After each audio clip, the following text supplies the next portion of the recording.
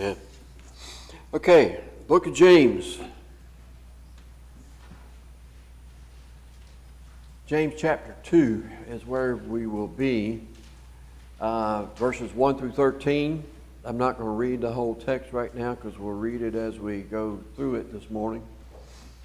But you can be turning there. James chapter 2, verses 1 through 13.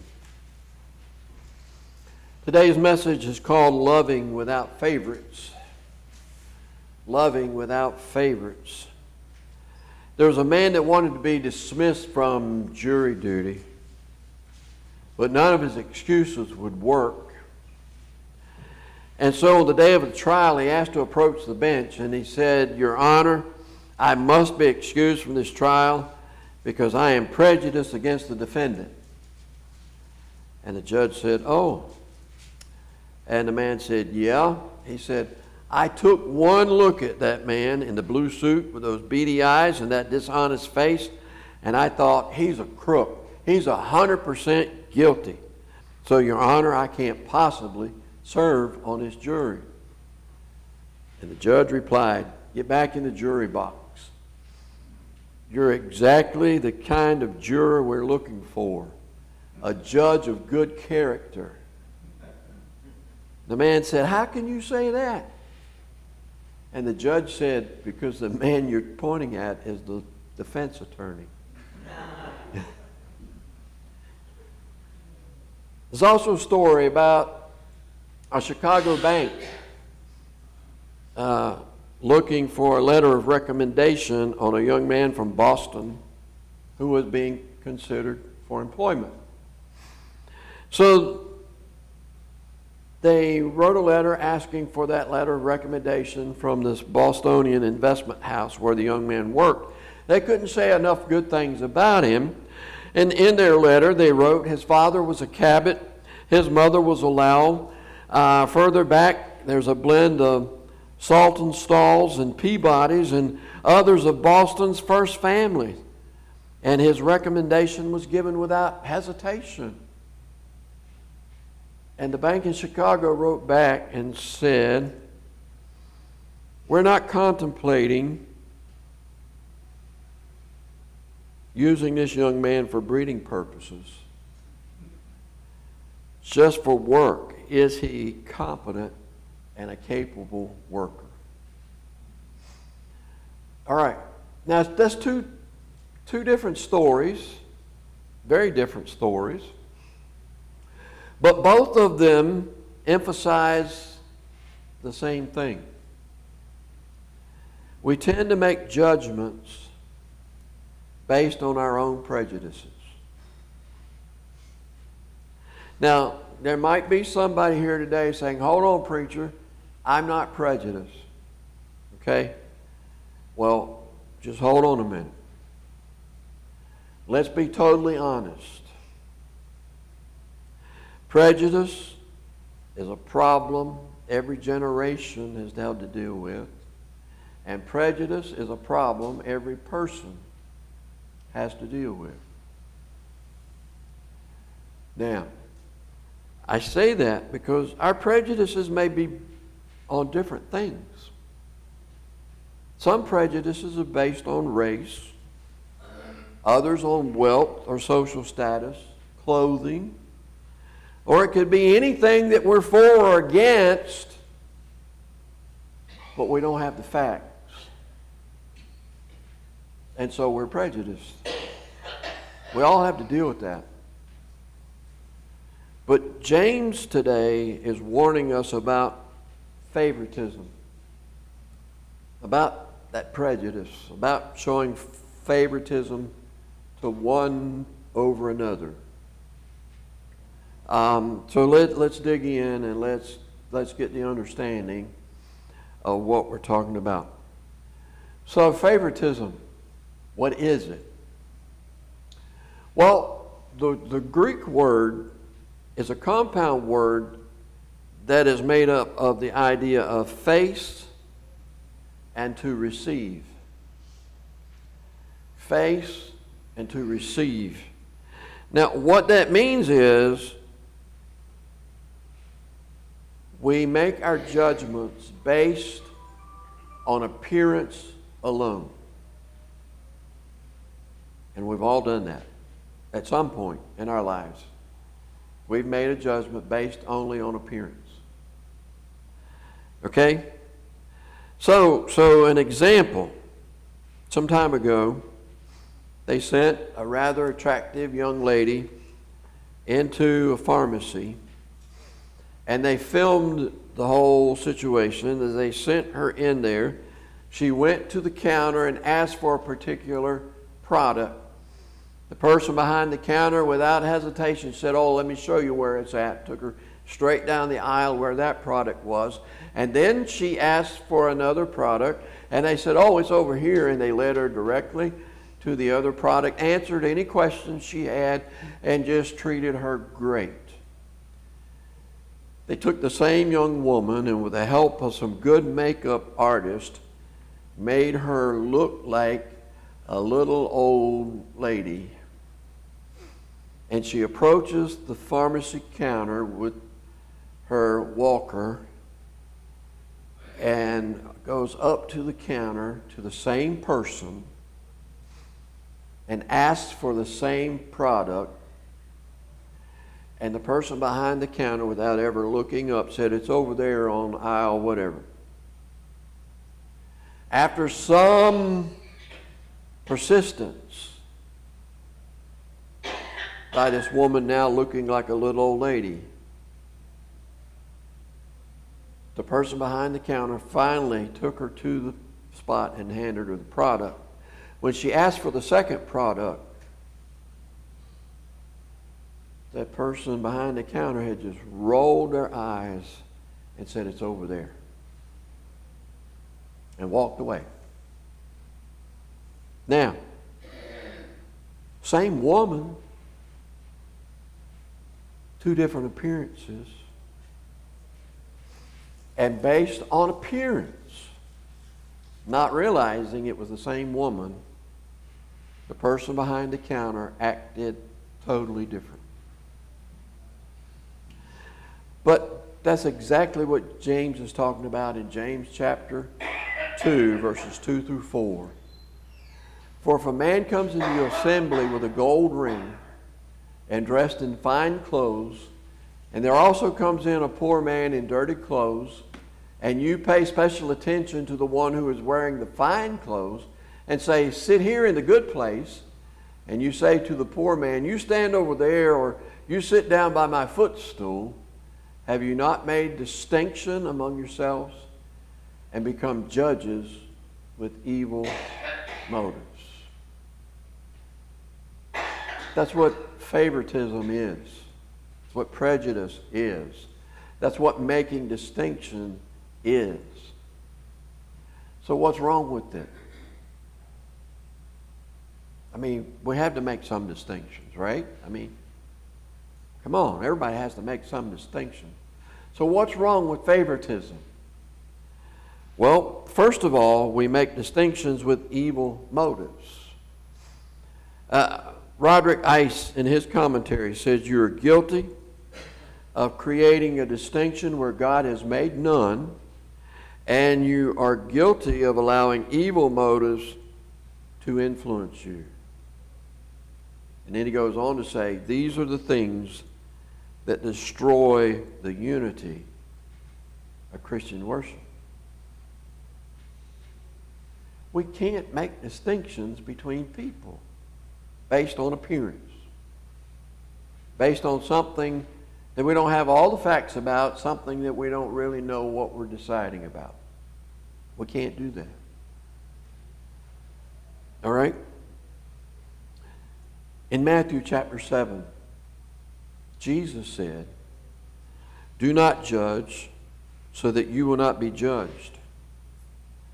For in the same way you judge, you will be judged, and by your standard of measure, it will be measured to you." So Jesus said, don't judge, but if you do, the way you judge others, God's going to judge you. That's pretty strong words. All right? We got to think about that. We're not supposed to pass judgment on people. That's not our place. That's God's place. All right? But the second thing that's wrong with that is that God's not a respecter of persons. In Acts chapter 10, there's a story of the Apostle Peter being called to the household of Cornelius. Now, Cornelius was a Gentile. Peter was a Jew. He had been dealing some with the Gentiles in Samaria, but he was still very prejudiced because when the Jews from Jerusalem showed up, he wouldn't eat with the Gentiles from Samaria. He ate with the Jews. Prejudice and favoritism was a big part of his life. But God said, okay, I want you to go over here to Cornelius' household, and I want you to preach the gospel. And so Peter went, and he preached the gospel when the Holy Spirit fell upon the crowd. And then Peter said in Acts 10, 34 and 35, I most certainly understand now that God is not one to show partiality, but in every nation the man who fears him and does what is right is welcome to him. Do you get that? In every nation, the man who fears him and does what is right is welcome to him. Doesn't matter if he's Jew or Gentile. Doesn't matter if he's black or white. Doesn't matter if he's rich or poor. Doesn't matter whatever categories you want to create. Every person that hears and fears and does what is right, God welcomes. If God does that, why can't we? Because aren't we supposed to reflect the image of Christ? Aren't people supposed to see Jesus in us? But if we shun people away because of something, are they seeing Jesus? No, they're not. The third reason is that we limit who can receive the gospel. There's a story about Mahatma Gandhi when he was a student. Thought about becoming a Christian. And so he decided one Sunday that he was going to go to church and he was going to ask the preacher what was necessary for salvation, because he thought this caste system in Hinduism is wrong and maybe Christianity has the answer, because he'd been reading the Gospels and he was very interested in Jesus. So he wanted to know, what is it that I'm going to find out? So when he gets to church, it was primarily white people, and Gandhi walks in. Being Indian, dark-skinned. Right? The usher that met him at the door says, you can stand over there. Didn't even offer him a seat. He said, you can stand over there. Gandhi left that church, and this is what he said: if Christians have caste differences also, I might as well remain a Hindu. Do you understand how India might be a different country entirely today if that usher had not put Gandhi in the corner?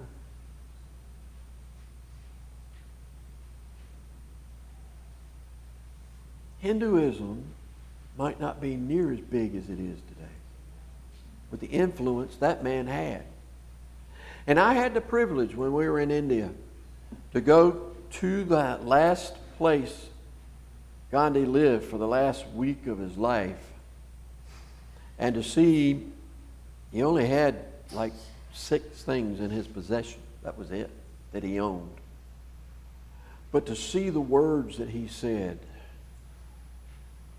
the teachings that he had, and how they were influenced by the Gospels and Jesus. He took quotes from Jesus and used them all over India and applied them into Hindu. What if he had understood the truth of the gospel? Oh, he could have changed India. But some man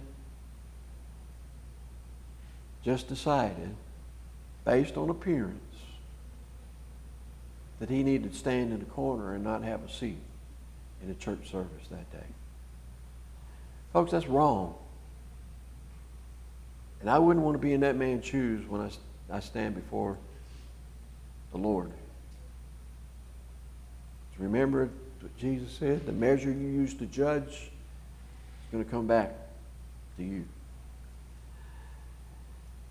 James chapter 2, verses 5 and 6 says this, "Listen, my beloved brethren, did God not choose the poor of this world to be rich in faith and heirs of the kingdom which he promised to those who love him? But you have dishonored the poor." Now, we could take that word poor and we could substitute any word we want to put in there, because the prejudice issue James is dealing with is the rich and the poor. But we can put any prejudice issue in there, just substitute it in the way place of the word poor. But thinking about the poor themselves, do you remember the very first group of people the angels made the announcement to about the Messiah being born? The shepherds. Now, we kind of glorify shepherds today in the little Christmas pageant.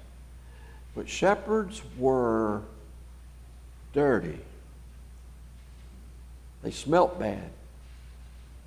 They smelt like sheep, because that's where they spent their time, was with sheep. And no one wanted to associate with shepherds.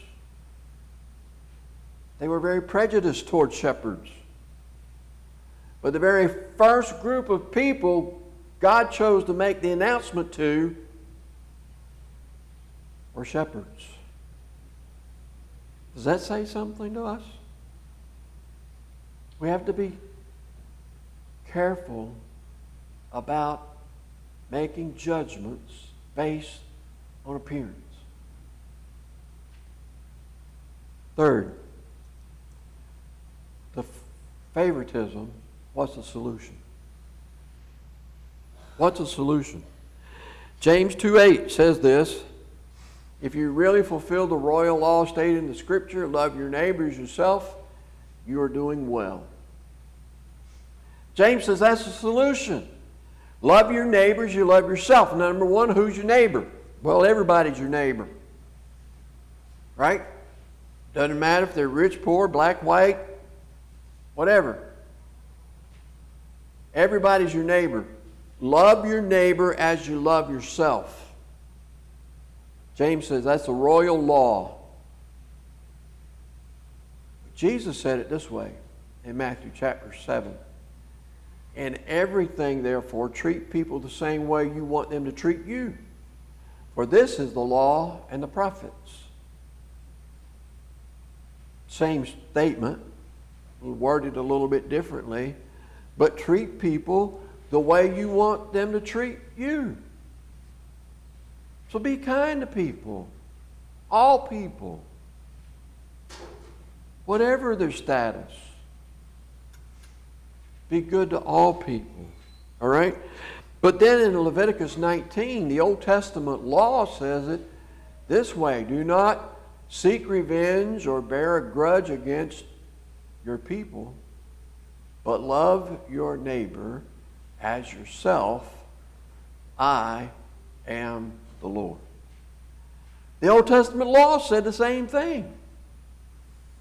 And then the Apostle Paul in Galatians 5:14 It says, for all the laws fulfilled in one word, even in this, thou shalt love thy neighbor as thyself.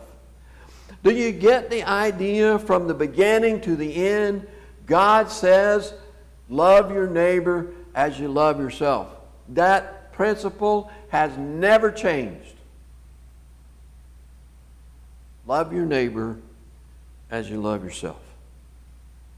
We need to think about the way we treat people and the way we love people. And we need to demonstrate God's love to other people. But somebody says, well, what if I don't? You know, there are some people that just aren't lovable. And I'll agree. I mean, I'm not going to argue that. There's some people who are really hard to get along with. But God says, love your neighbor as you love yourself. So what if I choose not to love this person that's really hard to get along with? Well, James 2:9 through 11 says this, but if you show partiality, you are committing sin. All right, now notice what I highlighted. If you show partiality, you are committing sin. If you don't love your neighbor as yourself, you are committing sin. Even that person that's so hard to get along with. All right? It goes on to say, and are convicted by the law as transgressors. For whoever keeps the whole law and yet stumbles at one point has become guilty of all. For he who said, do not commit adultery, also said, do not commit murder. And now if you do not commit adultery, but you commit murder, you have become a transgressor of the law. Now, you know, we have a tendency as human beings to categorize sin. There's some sins that are big sins. Murder and adultery, they fit right up there at the top, you know. That's big sins. We're not going to do that. But James says, if you commit one sin, you're guilty of the whole thing. It doesn't matter if it's murder. It doesn't matter if it's adultery. Prejudice, favoritism is a sin. And we are guilty of breaking the whole law by committing sin.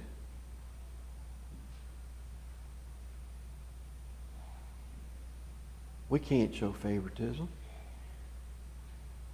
or we're guilty. Every person is made in the image of God, and they deserve to be treated that way. Every single one. So, James then gives us a final warning. Final warning, verses 12 and 13. So speak and so act as those who are to be judged by the law of liberty.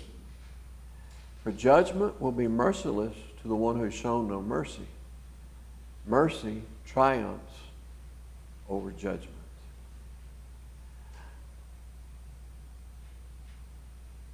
So look at that. To be judged by the law of liberty. Not the law of Moses. Okay? Because you break the law of Moses, there's no forgiveness to the law of Moses. You're guilty. That's it. But to be judged by the law of liberty. Jesus said in John chapter 8, you shall know the truth, and the truth shall set you free. That's the law of liberty, the truth of the gospel of Jesus Christ. And when we stand before Jesus on Judgment Day, this book is going to be opened. And we're going to be judged by that law of liberty. All right? Do you want mercy when you stand before Jesus? I don't know anybody that doesn't. Because if we get justice, we're going to hell. That's it. We want mercy so we can go to heaven. Right? And notice how it ends there. Mercy triumphs over judgment. Jesus said in Matthew 25:45, and listen to this carefully, because it's not the normal one you would think would fit right here, but listen to this. And then he answered to them, truly I say to you, as you did not do it, notice what it said, as you did not do it to the least of these, you did not do it to me. In other words, Jesus is saying, if you have shown favorites against the least of these, you've shown favorites against me. Because every person is created in the image of God and deserves to be treated that way. So, what about it? The day of judgment is coming, folks. I don't know when it's going to be, but I know it's coming. And I know it's sooner than it has been. All right? How are we treating people? How are we treating people? You know, Jesus loved all people, and he died for everyone. Hebrews 2:9. Now, not everyone's going to heaven because not everyone's following Jesus. But here's the problem. If you're showing favoritism, you're not following Jesus either. Because Jesus went to the poor. He went to the rich. Think about Zacchaeus. Right? He went to the poor, he went to the rich. He went to the Samaritans, who the Jews despised, and he went to the Jews. He did not show favoritism because he loves everyone, and he wants everyone in heaven. What are we doing to help get everybody there? Or are we guilty of that usher that stuck Gandhi in the corner? We don't know who might be the next really great evangelist to help change the world. We need to treat everybody with love, and kindness, and mercy, and grace. So, what about it today? What's your relationship to Jesus? Have you understood his love, his grace, his mercy? If you have a decision you need to make for Jesus, won't you come while we stand and while we sing?